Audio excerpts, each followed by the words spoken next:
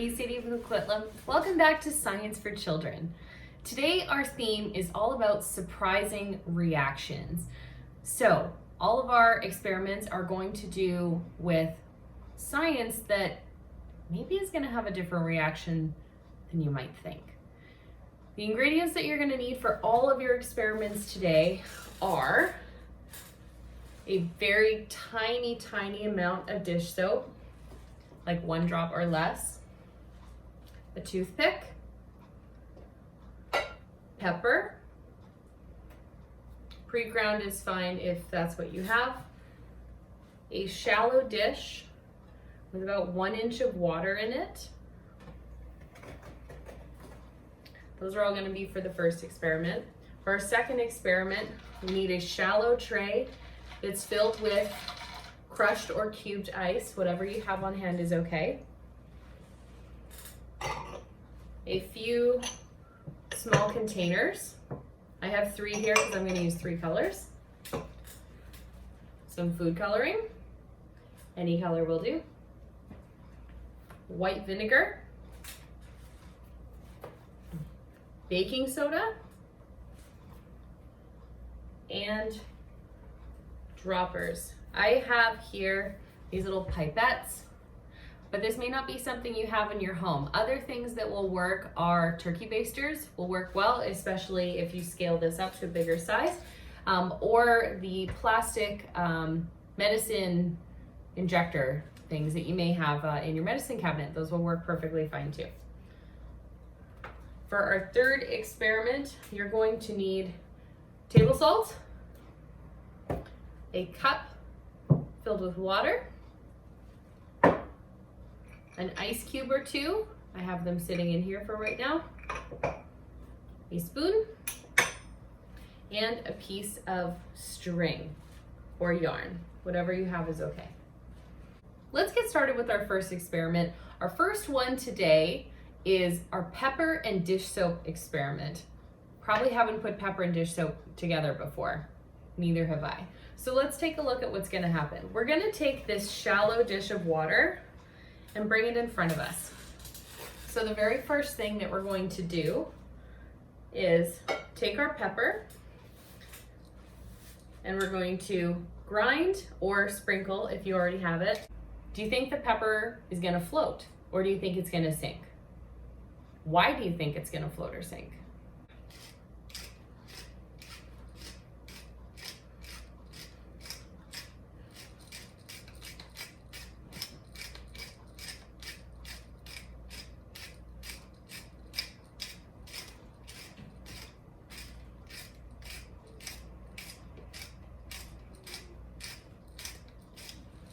All right, make sure, try not to sneeze at this point. If it's kind of in your face, you can move it forward right now, but we're gonna try and keep the water as still as we can. Now, we're gonna take just one tiny drop of dish soap. You really do not need more than a drop. And 1 toothpick. So here I've got 1. So before we actually do this experiment, let's talk about what we think is maybe going to happen, which is what's called our hypothesis, is our guess, our best guess of what we think is going to happen in this experiment. We're going to dip this toothpick into our dish soap, just so the tip has a bit of soap on it. What do you think is going to happen when we dip that soapy tip into the water? What do you think is going to happen to the pepper? And what do you think is going to happen with the soap? Let's take a look at our pepper and dish soap experiment from a different angle. So I have my container here. We can see that the water is on top and the the water is on the bottom and the pepper is all floating on top. So now we're going to take our toothpick. We've dipped a little bit in dish soap and we're going to place it right in the middle. Wow. Did you see that all the pepper moved to the outside? And actually there's quite a bit that sunk to the bottom. Can you see on the bottom?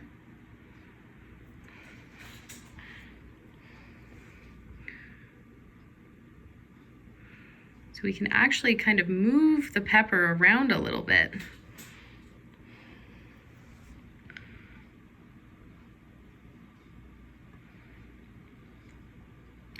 And you can actually see here that the pepper is starting to fall to the bottom.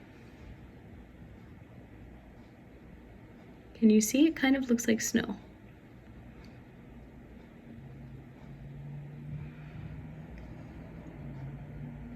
A little bit over here. So this is what your pepper and dish soap experiment should look like. Why does that happen with such a tiny amount of soap?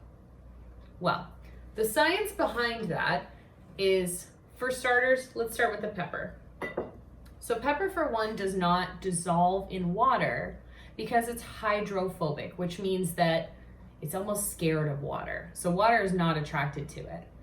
So things like salt or sugar are not hydrophobic because you can dissolve them in water. Pepper will never dissolve in water.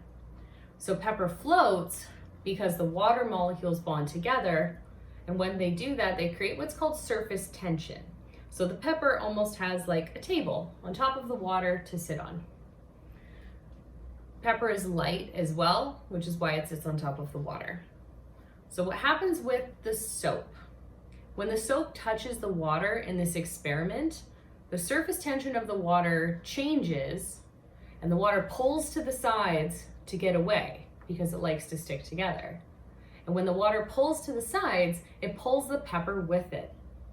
So if soap is added to the entire mixture, it will break down the surface tension, and then eventually all of the pepper would sink. Such a simple experiment to try at home with almost no ingredients. Our next experiment is called Fizzy Ice. So we should already have our shallow dish filled with crushed or cubed ice. Mine's melting a little bit, but I think it'll be okay. But we're actually gonna start, I have 3 small ramekins right here. And what I'm gonna do is put a little bit of food coloring into each one. I'm gonna use primary colors because I find they're the easiest to blend together to actually create new colors.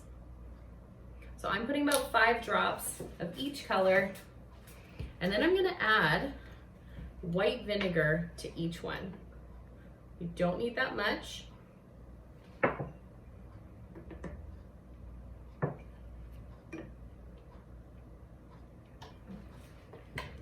Make sure you always put your lids on when you're done working with things.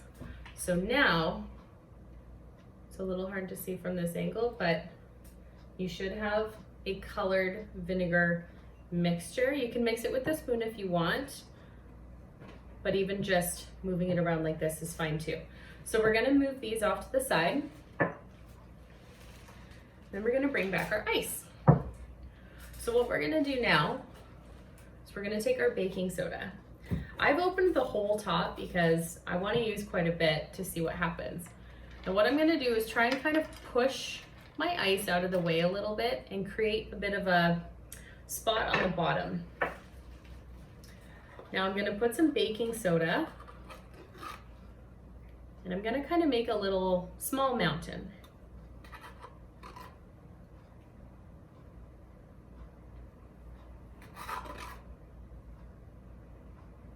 Good. And I'm actually gonna put another piece of ice on top of it. Just kind of lock it in there. A little more around the outside. So now what we're gonna do, so nothing has happened yet, as you can see. The baking soda is just sitting in the ice. If your ice is quite melty, it might start dissolving a little bit, but that's okay. So now what we're gonna do is we're gonna take these pipettes and you're going to squeeze them, put the tip in your vinegar mixture, and then pull up. So what you should get is a filled dropper, like so. Now, what do you think is gonna happen when we add these droppers of vinegar to the baking soda? Is anything gonna happen? Do you think the ice is gonna change it at all? Let's find out. I'm gonna fill up all 3 of my droppers first and then leave the tips in there. Remember, food coloring does stain. So we want to be very careful not to spill on your clothes if you can. All right, we're gonna shoot this from the top down so that you can watch the reaction live with me. So this is what my ice looks like. You can see that we've got the baking soda here with the ice. It's melting a little bit, but that's okay. So I'm gonna take my dropper.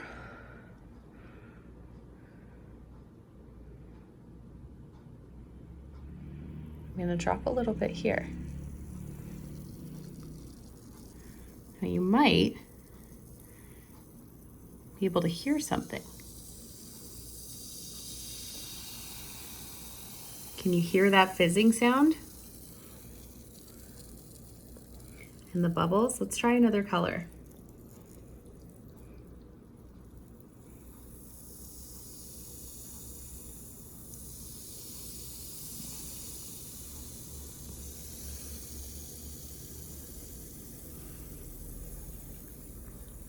It's very pretty, isn't it?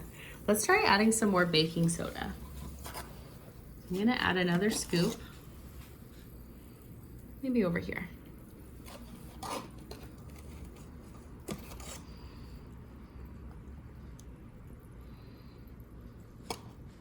This time we're gonna try the red. So let's see this again, see what happens.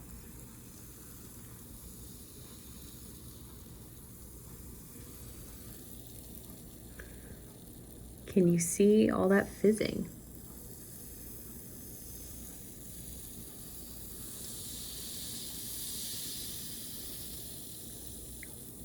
You can hear the small bubbles popping too. So we can also see that there's a little bit of color mixing going on in here, which we have learned about a little bit in previous lessons. So blue and yellow together make green, and we can see that this area here is turning a little bit more green. So let's add a little bit more.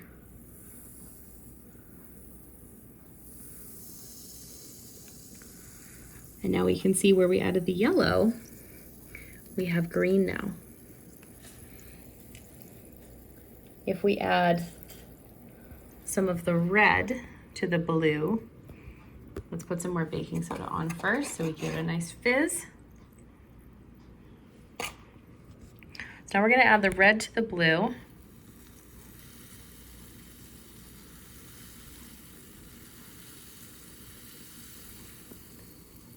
And we can see that it's sort of starting to create a purple color here. Do you see the purple? Look at that fizzy ice. Now this is also safe to touch. If you feel it, it's quite spongy.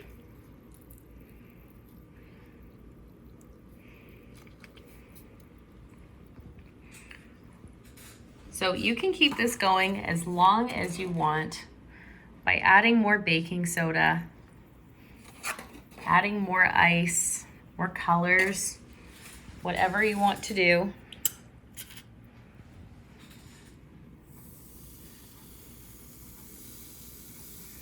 And playing with your fizzy ice.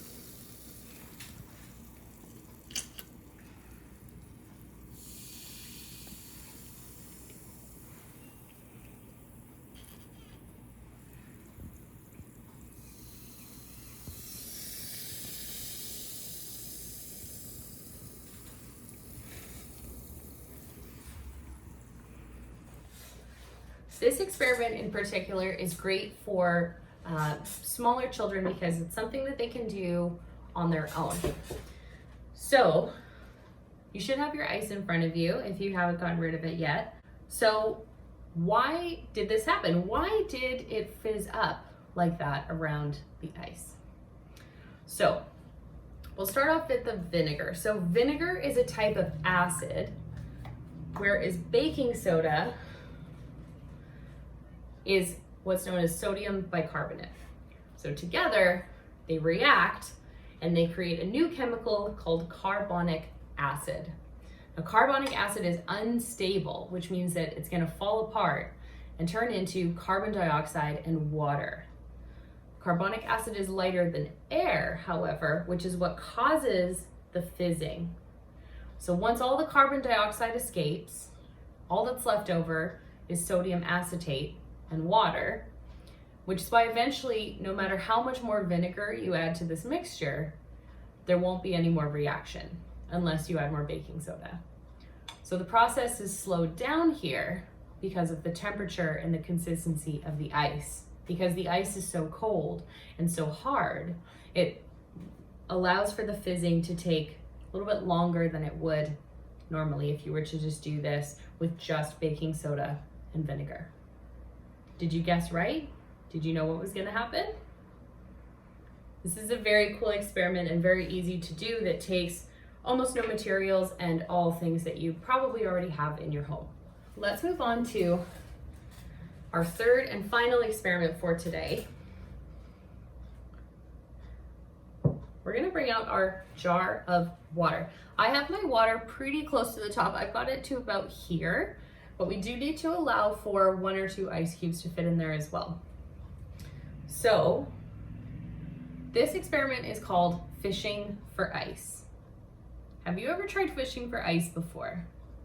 Probably not. We don't get a lot of ice in our climate here in Coquitlam. So what we're gonna start with, if you want, you can use your spoon from before. Otherwise your hands are fine. And we're gonna put our ice cube into our cup of water. I'm gonna put in 2 because I have a slightly smaller one in here. So we have 2 ice cubes here. Now, I'm gonna try and fish for them with this string. Do you think I'm gonna be able to do it? Let's try.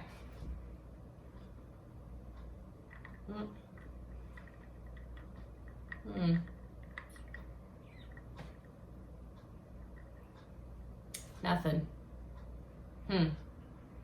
Guess I can't fish for ice. Unless there's something that maybe we can add to it. So I'm thinking we're gonna try and add this salt here. Now for our hypothesis, what do you think this is gonna change?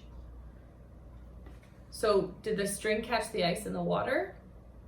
And will that change when we add salt? Let's take a look. So you can use a spoon or a salt shaker, whatever you have on hand. My salt has a pour spout. So what I'm gonna do, your ice should be floating to the top of your jar, and we're gonna sprinkle some salt over top of the ice. And before you do that, we're gonna get our fishing line in the water. So you want to lay your fishing line across your ice. Make sure it's touching the top of the ice. You can get your fingers in there if you need to. So it should be touching your ice. And now we're gonna sprinkle some salt on top.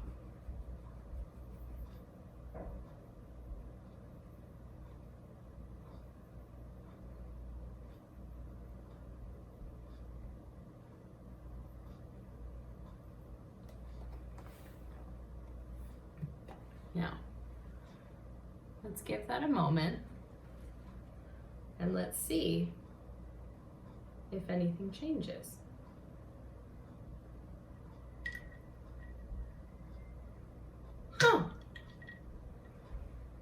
Isn't that interesting? We were able to fish for our ice, even if it was just for a moment. Let's try again. I have a slightly bigger ice cube in here that isn't quite as melted, and we're gonna try that one instead.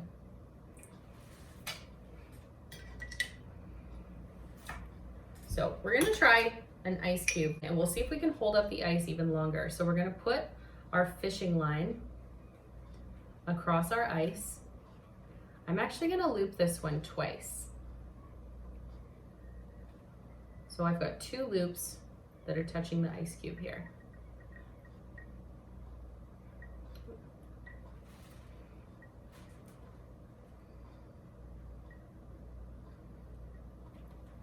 And we're gonna go back in with our salt. Make sure if you're using a heavy salt thing like I am, you don't do too much at once, because if you do too much, it's gonna cause your ice to flip.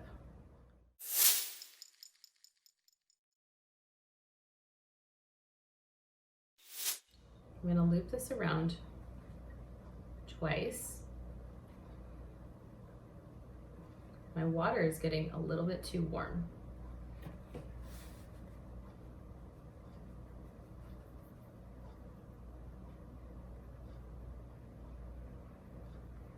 Just very gently sprinkling on some salt. We'll give it a moment,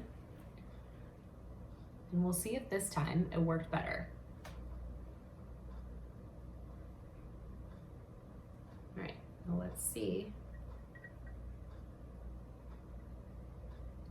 And there we go. We have officially caught some ice with a piece of string. So, was your hypothesis right? Did it work the way you thought it would?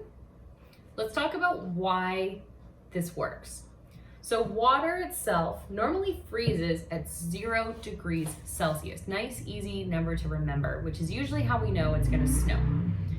But when you mix water with salt, salt lowers the freezing point significantly. You might notice in the winter, you see trucks late at night or early in the morning salting the roads or stairs before or after it snows, which helps prevent ice from forming. So what salt does is it allows the temperature to not get cold enough to actually freeze and make ice.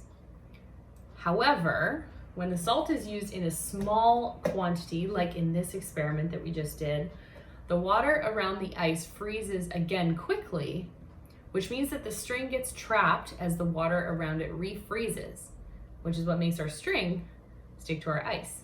That brings us to the end of Science for Children for today. I hope that you really enjoyed these surprising reaction experiments here, and I hope that you were a little bit surprised by some of the science that we saw today. So remember, science is everywhere, and you can do a lot of great things with things that you probably already have in your home and you don't need to waste.